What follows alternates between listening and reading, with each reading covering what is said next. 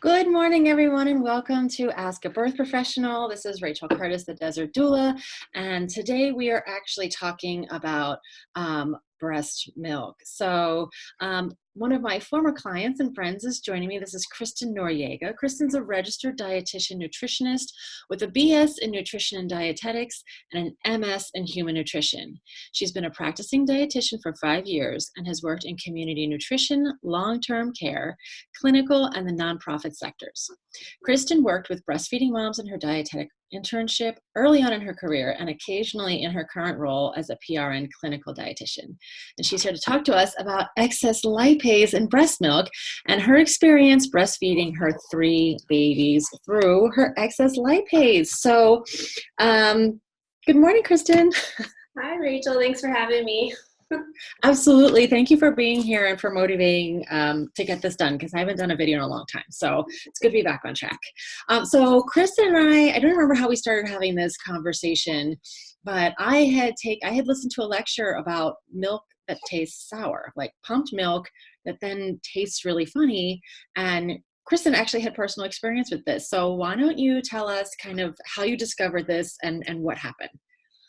All right. So I was committed to breastfeeding my first child. He was born in 2015. This is relevant in a minute. And I had a job where I didn't have to leave him. I could take him. So we didn't emphasize the bottle right away. We were breastfeeding, everything was going great. And then a few months into it, when I needed to use the bottle, he just refused and refused and refused. And we had different people try. We tried every tip. And one of my babysitters said, "This milk smells sour." I'm like, well, that's offensive. It's great. It's gold. And we just I let it go. It wasn't that big of a deal with him. Baby number 2 is in 2017. I'm working. Oh, go ahead. Did you never get baby 1 to take a bottle? Never. And he wouldn't take it from a cup. He wouldn't take it no matter what. I couldn't do it. It might have just been an aversion. It might have been stubborn, but I think excess lipase was the main contributing factor. I had tried frozen milk. I don't know that I even really emphasized fresh milk because I didn't know that was part of the situation here, the problem. Mm-hmm.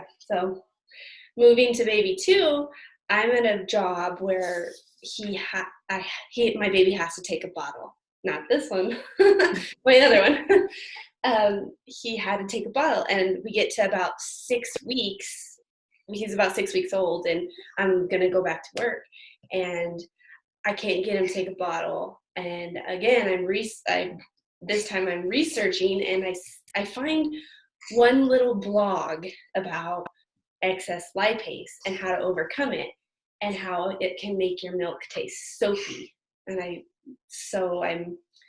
go and grab some pumped milk, and I'm like, oh, this is disgusting. It does taste like soap. No wonder my poor babies have never wanted to drink it. I've been poisoning them with soapy milk.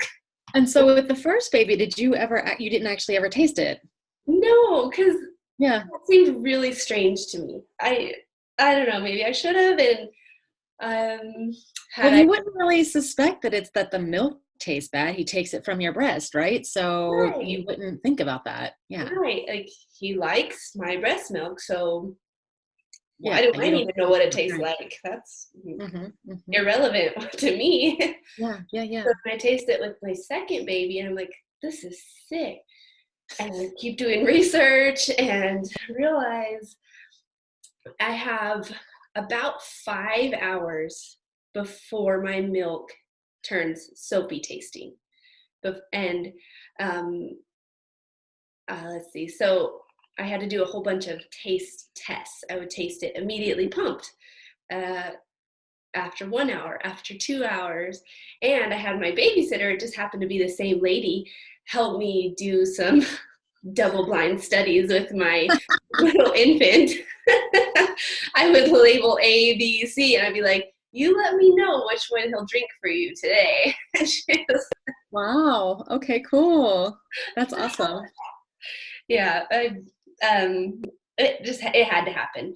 And so that one little blog that I found was key. There was, at the time, and of course I was an overwhelmed mom. I had 2 kids. I was working part-time, and my husband was gone.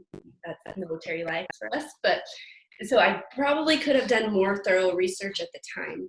But that one little blog that I found was enough to get me going in the right direction. Baby number 3, she still has issues with the bottle, but now it's like nothing figuring out this, getting through the excess lipase, overcoming the barriers. Okay, so let's stop here and let's talk about what is lipase. Yep. and what is this thing that happens at the 5-hour mark? Like, walk us through the science of it. The science. Pulling up my notes so I can make sure I have it all right here. Because I am not a biochemist. I am a dietitian. And we're not going to know if you're wrong. Right. But yeah, we do want to present accurate information. So right. Okay, so what's lipase? Lipase is an enzyme that breaks down fats. There's 2 different types in the milk. One is bile salt stimulated lipase, and that's the lipase that it's in the milk, but it breaks down the lipase once it gets into the infant's gut. So it works with pancreatic lipase and gastric lipase in the baby to break apart the fat. Okay. And so fats are lipids, so there's the lip part, and anything with A's is an enzyme, right? Okay. Right. So the enzyme that breaks down fats, lipase. Okay. And this is super significant because breast milk is mostly fats. It's mostly triglycerides, and that's what lipase is acting on. And they need the triglycerides to grow, and that's their source of food. That's brain food right there. Yeah. It's important stuff. Okay. Yeah. Okay. So we have the bile salt stimulated lipase, and then we have lipoprotein lipase. Now, there is not a known function in milk or in the newborn, from what I can find. This is just the research that I found to explain the situation. So lipoprotein lipase is what causes the bad fat breakdown during storage. And this is the one that can be found in excess in breast milk. Okay, so storage in the baby? Storage in the refrigerator or somewhere. Oh, okay. Got it. It's a little confusing. I'm not a biochemist. That's okay. No, neither are we. So we're going to walk through this slowly. Yeah. Okay, so when there's too much of this lipoprotein lipase, what happens to the milk? You've got the milk out, you've pumped it, it's in your little bottle, you put it in the fridge, proper storage. What happens in the milk? What happens to the milk? Yeah, so what's now happening after however many hours? If you have a lot of this lipase, it's going to break down the, what's it called? Okay. The milk fat globule membrane. So it's like the lipase is going to break down this milk fat globule membrane, and it's going to let the triglycerides break down earlier than once it's like in the gut of the baby. So it's going to break down like in the bottle or the bag or wherever you pumped it to. It's breaking down the fat and it's essentially making your milk go rancid, make it taste soapy. Yeah. But if it goes straight into the baby's mouth, into the baby's tummy, it doesn't have that opportunity to turn rancid or soapy or gross. Well, that happens in the baby's belly, so nobody tastes it. That happens afterwards. Right. Okay. So it's not an issue. It's only an issue if you're pumping and you have excess lipase. Well, and I remember I almost skipped past this lecture because I thought it just sounded so random and weird. So it was really cool. Like you had actually had this happen. And I'm sure there are a ton of moms out there who, you wouldn't even think to try the milk. Of course, you're going to think that it's the mode of feeding because the baby takes the milk fine from the breast. Like nobody would think of something like this. Mm-hmm. So I'm sure. When I was researching this with baby 1 and baby 2, there wasn't even an article on Kelly Mom, the end all be all for breastfeeding resources, kellymom.com. I trust them and I bet you do too. there wasn't a resource. And when I was looking up for this lecture, some information, there's an article now, and it was dated 2018. And I was thinking, dang, that's why I couldn't find anything in 2015 or 17. So it's this, Right. people are talking about it now. It's a problem that people are more aware of. So instead of, I wonder how common it is. We probably don't know yet because people are just kind of starting to like figure it out and talk to each other. Yeah, I don't think it's that common. It's not, they don't know how common it is. Yeah. Right.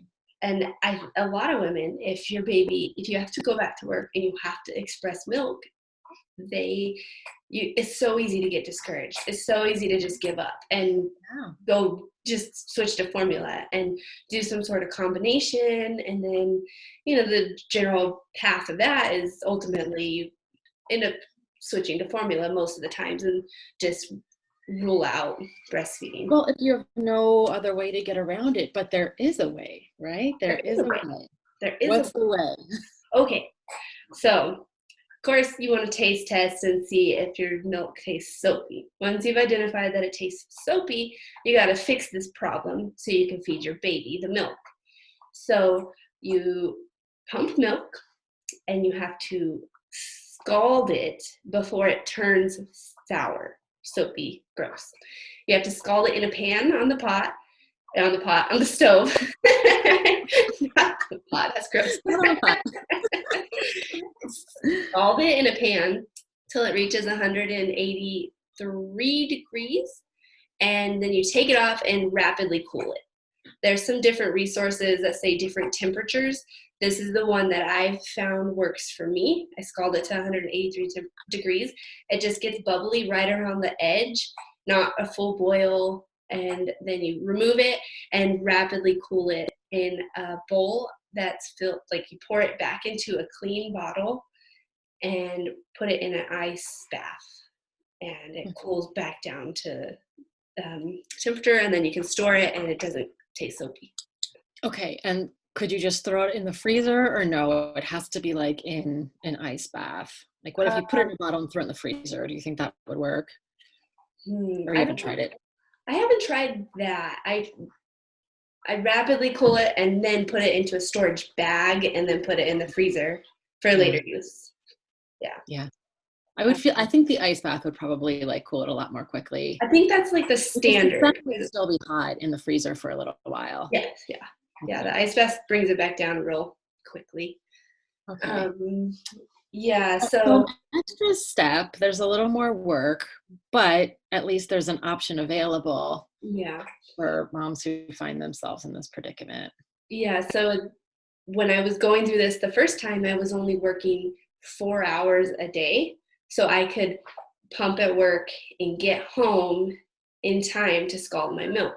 If someone's working full-time and they can't do that, they have to figure out how to scald their milk at work.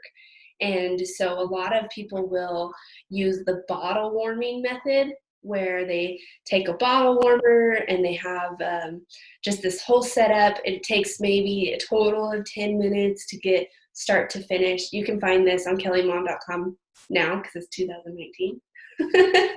I'll post that article. The process is there to walk you through it, and doing it at home is so different from doing it at work. And so the women who have to do it at work, that's something to figure out. Yeah. Okay. Well, I'm amazed that there even is a way to do it at work, because it's already hard enough to find time to pump at work for a lot of moms. Oh my gosh. Yeah. So, right. But there is a way, so they can, choose whether they want to pursue that or not. And so if you have already this whole stash of milk that's rancid, you can't feed it to your baby. But what you can do is you can donate it, because milk banks will accept it, because most of the time they pull the milk between all the donations. It gets blended together and mixed up, and the majority of the time it's fed through a tube feeding straight to the gut. So the majority of babies who are receiving donated milk aren't going to taste it. It's just going to go straight into their stomach, give them the nutrients they need. So yeah. So I was able to donate all the milk that I had pumped with my second baby, and plus I just kept going. So if I didn't make it home in time to scald it, and I had kept it cool and stored it appropriately, then I would still freeze it and keep it to donate later on. Wow. Yeah, Okay. so you can do some good with it. Don't fret. I mean, obviously you're going to fret if your milk tastes like soap, but that you can overcome it in various different ways. Well, yeah, and that's a really, I had no idea. That makes part, of course, it's fed to them through a tube. So, those preemies, can definitely, and I think it's something like 50 ounces of donated milk can get a preemie through, like it's much longer amount of time than you would think. Yeah. So anyway, okay. Well, is there anything else you wanted to add? Any other tips or tricks or anything? I think people are going to find this really, really useful. Because I bet there's more moms out here who just never figured it out.